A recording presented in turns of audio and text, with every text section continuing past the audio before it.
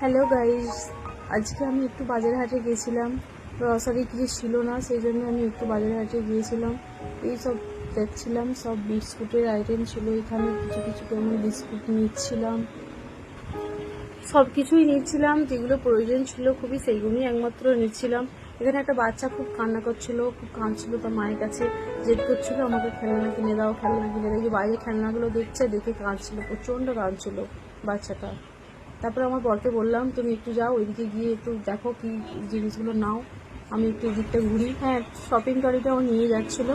আমি ওকে বললাম গ্রসারি কিছু লাগবে দেখো, ও যেগুলো প্রয়োজন আছে সেগুলোই তুললো, সেগুলোই নিচ্ছিল গ্রসারির জিনিসপত্র।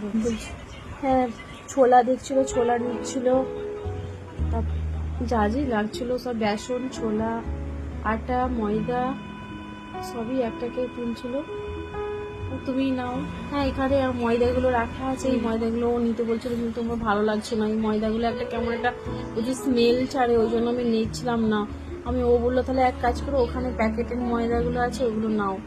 সেই জন্য আমার নিচের প্যাকেটিং ময়দাগুলো ছিল, ওখানে নিলাম। ওখানে কাজু ছিল, বড় বড় প্যাকেট ছিল, কাজু আর কিশমিশ ছিল এখানে বড় বড় প্যাকেট। কিছু ড্রাই ফ্রুটসও দেখছিল। এখানে কেন হাসছিলাম আমি, কারণ ট্রলিটা একদিকে আমি টানছি আর একদিকে বেঁকে চলে যাচ্ছিল।